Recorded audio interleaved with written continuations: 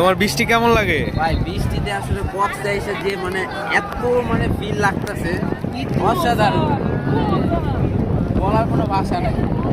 আইছিলাম সকালে, তো আইসে ঘুরবো, তোলার আগে বৃষ্টি নামছে।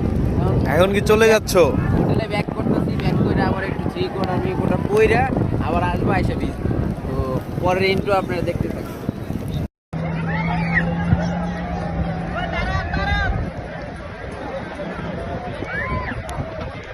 যে বর্তমানে